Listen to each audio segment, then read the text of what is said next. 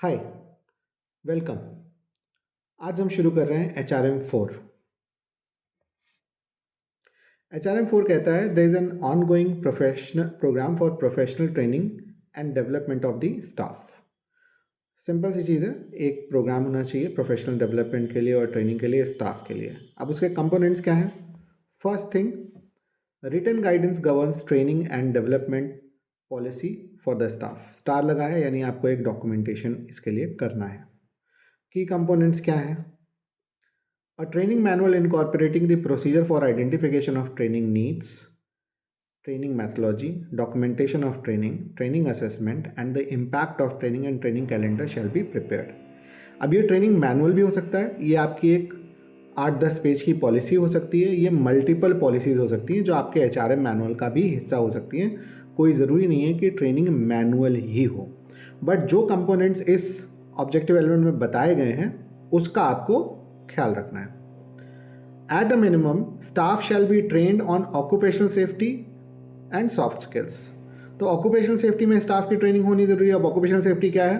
जैसे needle stick injury या फिर मेडिकल गैस एरिया में काम करने पे किस तरह के डिवाइसेस पहनने हैं, ओटी में काम करते समय हैंड स्क्रब कैसे करना है, इन सब की चाहे उस स्टाफ को कितना भी आता हो, एक बार आपके द्वारा ट्रेनिंग दिया जाना ज़रूरी है।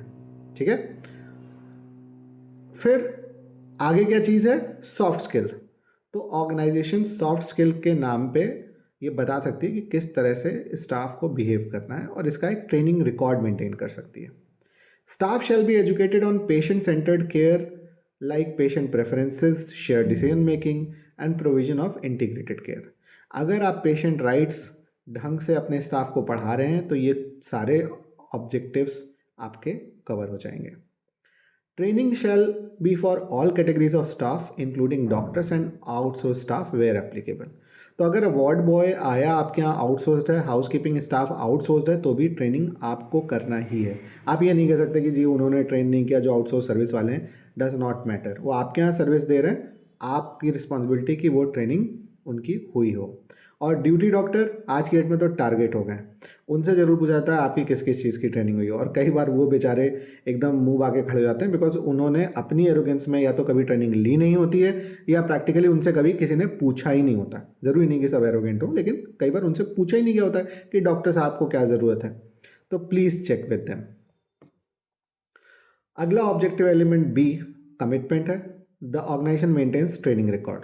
तो भाई ट्रेनिंग रिकॉर्ड रखना है। HR department shall maintain a record of all training of all staff in the organisation. Simple है, HR को रखना है।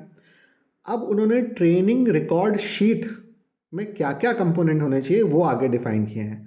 पहली चीज़ टाइटल ऑफ ट्रेनिंग हो, ट्रेनर की डिटेल हो, date and duration of training हो, लिस्ट ऑफ ट्रेनिंग हो जिसमें नेम और सिग्नेचर होना ज़रूरी है, डिपार्टमेंट और एम्प्लॉय आईडी हो, उससे बेहतर कुछ नहीं हो सकता। मैंने मेंशन नहीं किया बिकॉज NABH ने अपनी गाइड बुक में मेंशन नहीं किया, लेकिन असेसर कई बार पूछते हैं। डिपार्टमेंट मेंशन कर देंगे, आपके लिए आसानी होगी। एम्प्लॉय आईडी मेंशन कर देंगे, बेहतर रहेगा। Where possible the content of training shall be captured. Best तरीका वुड बी, अगर आप जब एक्चुअली ट्रेनिंग हो रही हो तो कुछ फोटोग्राफ्स ले लें, बीच बीच के 30-30 सेकेंड के वीडियोस बना लें। दैट प्रूव्स कि हाँ साहब ट्रेनिंग हुई है। कई बार असेसर PPT मांग लेता है, लेकिन अगर आपके पास यूट्यूब का भी वीडियो है चलेगा, तो कोई ज़रूरी नहीं है PPT हो तो बेहतर है, यूट्यूब का वीडियो हो तो भी प्रॉब्लम नहीं है। प्रैक्टिकली मैं तो ये बोलता हूँ कि आज की डेट में एक ही चीज़ को बार बार रिपीट करने से सिर्फ लोगों का मुंह थकता है। तो मैं तो ये सजेस्ट करता हूँ HR वालों को कि साहब आप वीडियोस बनवा लीजिए, उसे रन कराइए, इससे आपकी मैन पावर का समय बचेगा। लेट से आप इंडक्शन कर रहे हैं और आप बार बार क्वालिटी वालों को बुला रहे हैं कि आप इसकी ट्रेनिंग दीजिए। इससे अच्छा ये नहीं होगा कि एक ऑर्गेनाइज एंड कंट्रोल इन्वायरमेंट में आप उसकी ट्रेनिंग का एक वीडियो ही बना लें और उस वीडियो को आप अपने यूट्यूब के प्राइवेट चैनल पर रख लें या आप प्राइवेट वीडियो ही रख लें और उसके बाद वही चला दें। उससे उस क्वालिटी वाले का या वो IPC जो इन्फेक्शन कंट्रोल नर्स या इन्फेक्शन कंट्रोल ऑफिसर आके 2 घंटे ट्रेनिंग देगा, उसका समय बचेगा, वो आपके हॉस्पिटल के लिए ही कुछ प्रोडक्टिव काम कर पाएगा। और छोटी ऑर्गेनाइजेशन के लिए तो ये वीडियोस वरदान होंगे बिकॉज आपको 15 एम्प्लॉय शायद आप 6 महीने में कहते हैं आप हायर करो, तो फिर आप क्या करोगे?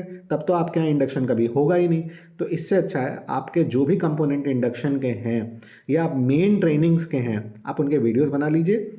चाहे एक एम्प्लॉय को ट्रेन करना हो तो आप बैठा दीजिए, उनको बोलिए वीडियो देखो और ये टेस्ट पेपर भरो। तो आपके एक एम्प्लॉय की भी ऑन द जॉब ट्रेनिंग हो पाएगी और उससे लोगों का प्रोडक्टिव समय बचेगा। तो मेरा तो सजेशन है, please don't get into this training thing कि साहब आप बार बार आइए, बार बार सेम चीज़ बोलिए। आप एक कंट्रोल बना लीजिए ट्रेनिंग, उसके क्वेश्चन पेपर बना लीजिए और उसके बाद एम्प्लॉयज़ को खुद दे दीजिए कि भाई आप पढ़िए और इसमें लिखिए। क्योंकि कोई बच्चा नहीं है, 18 साल का होने के बाद ही लोग आ रहे हैं, किसी ने जीएनएम किया है, किसी ने एमबीबीएस किया है, उनको बैठ के आप क्लासरूम में पढ़ाओ, वो सबके लिए ही वेस्ट ऑफ टाइम है। आपके ऑर्गेनाइजेशन के प्रोडक्टिव आवर्स जा रहे हैं। इट इज़ अ सजेशन, आपको अच्छा लगे ठीक है। आगे उन्होंने बोला है training record could be in digital format. तो भाई मैं तो कुछ ऑर्गेनाइजेशन में डिजिटल फॉर्मेट में ही काम करता हूँ, अटेंडेंस हो, चाहे वीडियोस हो, चाहे ट्रेनिंग इवैल्यूएशन हो, टोटली डिजिटाइज कर दिया है मैंने तो, बिकॉज मुझे लगता है इट सेव्स पेपर। हर अस्पताल की भी कुछ रिस्पॉन्सिबिलिटी बनती है कि हम एनर्जी सेव करें, पेपर सेविंग करें, आखिर ये इन्वायरमेंट हमारी भी तो रिस्पॉन्सिबिलिटी है। तो ये एक अच्छा तरीका हो सकता है पेपर सेविंग का और एनर्जी सेविंग का भी। Thank you. आगे चलते हैं। अगला ऑब्जेक्टिव एलिमेंट जो है वो सी, अगेन कमिटमेंट है। Training also occurs when job responsibilities change and new responsibilities change. अब ये खास तौर से जब व्यक्ति प्रमोट हो रहा है तब होना ज़रूरी है, और दूसरा जब कोई न्यू इक्विपमेंट इंट्रोड्यूस हो रहा है, और वो जब होता है तो प्रैक्टिकली ट्रेनिंग होती ही है। प्रॉब्लम क्या होती है? कम्युनिकेशन गैप होता है एचआर और उस डिपार्टमेंट के बीच। आप एक कॉमन चीज़ देख लें, ये अगर आपको एविडेंस कलेक्ट करना है तो इस एविडेंस के लिए आप या तो लैब से संपर्क करें, या एक्सरे डिपार्टमेंट से संपर्क करें, या ओटी से संपर्क करें। उनके यहाँ कोई ना कोई नया इंस्ट्रूमेंट इस साल आया होगा, और जब इंस्ट्रूमेंट आया होगा तो उस पर स्टाफ की ट्रेनिंग हुई होगी, और उसकी उस एक्सटर्नल ट्रेनिंग का रिकॉर्ड उसे कंपनी ने दिया होगा। उसकी एक कॉपी आप अपने पास रख लीजिए। जब आपसे मांगा जाए कि इस वाले ऑब्जेक्टिव एलिमेंट में आपको क्या दिखाना है, तो आप कृपया उसको वो दिखा दें, आपका काम समाप्त। ये मेंटेनेंस डिपार्टमेंट में भी हो सकता है कि वहाँ पे कोई नई चीज़ आई हो और उसके लिए ट्रेनिंग हो। साहब एक एसी इंस्टॉल हुआ हो, आप उसकी भी ट्रेनिंग दिखा सकते हो। आपको तो ट्रेनिंग ही दिखानी है ना, कि जब कोई इक्विपमेंट इंट्रोड्यूस हुआ हो तब ट्रेनिंग होनी है। और कई बार लोग प्रमोट होते हैं लेकिन उनका कोई ट्रेनिंग नहीं होती, उनकी जॉब रिस्पॉन्सिबिलिटीज़ प्रैक्टिकली अगर चेंज हुई है तो आप उनका जेडी चेंज करके, दोनों JD, before promotion after promotion, JD लगा के एक फाइल को रख दीजिए। देखिए आपको सिर्फ प्रूव ये करना है कि आप ये ऑब्जेक्टिव एलिमेंट मीट करते हैं। ये सारी की सारी एम्प्लॉय फाइल में न चेक होगा, न सारे के सारे लोग इस क्राइटेरिया को फुलफिल करेंगे। लेकिन अगर आप एक या दो फाइल, अगर आप छोटी ऑर्गेनाइजेशन है, और अगर बड़ी ऑर्गेनाइजेशन है 5 या 10 फाइल दिखा देंगे, your objective element is met. D, feedback mechanism are in place for improvement of training and development programme. यानी कि ट्रेनर की भी एक फीडबैक शीट होनी चाहिए कि ट्रेनिंग अप्रोप्रिएट थी कि नहीं, कंटेंट अप्रोप्रिएट था कि नहीं, ट्रेनर को खुद कुछ आता था कि नहीं, उसने जो ट्रेनिंग ली वो ऐसी तो नहीं थी कि लोगों को नींद आ रही थी। तो उसका भी फीडबैक लिया जाना चाहिए। और एक चीज़ बहुत खास तौर से ध्यान देने वाली है, जो एचआर वाले अक्सर मिस कर जाते हैं। किसी को भी कोई भी ट्रेनिंग लेने के लिए बोल देते हैं, अरे भाई साहब आप उसकी तो ट्रेनिंग चेक करो पहले कि वो उस सब्जेक्ट के लिए ट्रेंड है कि नहीं, वो उस सब्जेक्ट के लिए एक्सपर्ट है कि नहीं। अदरवाइज कई बार असेसर आपकी ट्रेनिंग इसीलिए स्ट्राइक डाउन कर देंगे कि आपने किस बेसिस पे इस व्यक्ति को ट्रेनर बनाया। तो कृपया उसी व्यक्ति को ट्रेनिंग के लिए बोलें जो खुद उस चीज़ के लिए क्वालिफाइड हो। अब क्या है, it shall include internal and external training both. यानी कि अगर आपने किसी को एक्सटर्नल ट्रेनिंग के लिए भी भेजा है तो आप उससे वापस जब वो आए तो फीडबैक लें कि भाई ट्रेनिंग कैसी थी, यूज़फुल थी कि नहीं थी, अगली बार जाना चाहोगे कि नहीं जाना चाहोगे, या किसी और को भेजें क्या बहुत यूज़फुल थी, हमारे 4 एम्प्लॉयज़ को और ये ट्रेनिंग लेनी चाहिए। तो ये फीडबैक होना चाहिए, और इंटरनल ट्रेनिंग के लिए तो होना ही है। It should include appropriateness of course material, facilities for the training program and capabilities of the training, जो मैंने अभी डिस्कस किया। अगला ऑब्जेक्टिव एलिमेंट अचीवमेंट है।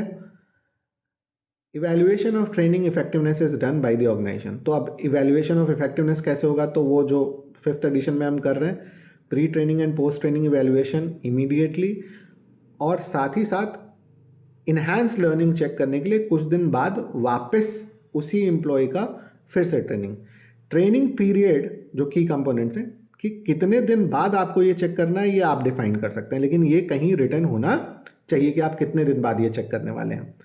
नेक्स्ट चीज़ जो है वो ये है कि अगर आपने मान लीजिए मेडिकेशन एरर की ट्रेनिंग दी और आपके यहाँ अचानक मेडिकेशन एरर रिपोर्टिंग बढ़ी है, that means training was effective, तो you can put that in front of assessor, लेकिन आपको एविडेंस देना पड़ेगा। सो बेस्ट है कि आप पहली चीज़ तो यही करें कि pre training and post training करें, 3 महीने बाद का इफेक्टिवनेस चेक रख लें, और अगर आपका क्वालिटी डिपार्टमेंट आपके साथ कोऑर्डिनेशन में है तो आप सर्टेनली दिखा सकते हैं कि ये वाली ट्रेनिंग दी थी इसलिए इफेक्टिवनेस बढ़ गई। अगला ऑब्जेक्टिव एलिमेंट भी अचीवमेंट है। अब ये अचीवमेंट का मैं आपको पहले ही बता चुका हूँ कि अचीवमेंट आपको सर्वेलेंस ऑडिट में चाहिए और एक्सेलेंस जो है वो आपको रिन्यूअल ऑडिट में चाहिए। तो अगर आप पहली बार अप्लाई कर रहे हैं NABH के लिए तो आपको सिर्फ कमिटमेंट एंड कोर कंप्लीट करना है, अचीवमेंट पढ़ लेंगे तो कोई बुराई नहीं है। The organisation supports continuing professional development and learning. तो भाई ऑर्गेनाइजेशन को प्रमोट करना चाहिए कि वो उनके एम्प्लॉयज़ कॉन्फ्रेंसेज में जाएँ, कोर्सेज अटेंड करें। इससे 2 फ़ायदे होते हैं। अगर आप लिंक्डइन में हैं तो आप देखेंगे आज की डेट में हर कोई ना कोई कोर्स कर रहा है, सब कोई कुछ ना कुछ कर रहा है और ऑर्गेनाइजेशन स्पॉन्सर कर रही है, क्योंकि उससे उनका नाम हो रहा है, उनकी ब्रांडिंग हो रही है। समहाउ छोटी ऑर्गेनाइजेशंस के पास इतने रिसोर्सेज नहीं होते, लेकिन वो भी ई लर्निंग और डिस्टेंस लर्निंग को प्रमोट कर सकती हैं अपने एम्प्लॉय के बीच में। अब लोग कहते हैं कि साहब हम सिखाते हैं फिर वो चला जाता है। मैं दूसरी चीज़ कहता हूँ, मैं जिस शहर में हूँ वहाँ पे मैं 2009 से ये काम कर रहा हूँ और लोग मुझे पहले दिन से ये बता रहे हैं कि आप सिखाते हो फिर लोग चले जाते हैं। मैं कहता हूँ कि भाई वो कहीं तो जा रहा है ना, और वहाँ पे वो सीख के पहुँचा है, तो आई एम एक्सपेक्टिंग कि कुछ ना कुछ दिन बाद लोग मेरे पास भी पहुँचेंगे सीख के। तो मतलब सीखे हुए लोग पहुँच जाएंगे ना मेरे पास भी। Ultimately it's round and round, लोग पहुँच जाएंगे, तो टेंशन नहीं लेना है। और अदरवाइज अगर आपको सिखाना भी पड़ता है तो क्या है, अच्छा ही काम कर रहे हैं ना हम लोग सिखा के लोगों को। So people should not get frustrated on this. अब क्या है, इन्होंने जो एक खास तौर पे चीज़ बोली है कि द स्टाफ शैल स्पेसिफाई, मतलब स्टाफ के लिए, यहाँ पे लैंग्वेज थोड़ी सी गड़बड़ हो गई, लेकिन स्टाफ के लिए minimum mandatory hour of training for each category of staff should be defined, कि इतने तो आपको ट्रेनिंग आवर्स कंप्लीट करने ही पड़ेंगे। यानी कि आपको जो ड्यूरेशन ऑफ ट्रेनिंग है ना यहाँ मैच हो जाएगी कि नहीं, आपको 60 घंटे की ट्रेनिंग, 30 घंटे की ट्रेनिंग साल की करनी है, and it can become part of appraisal.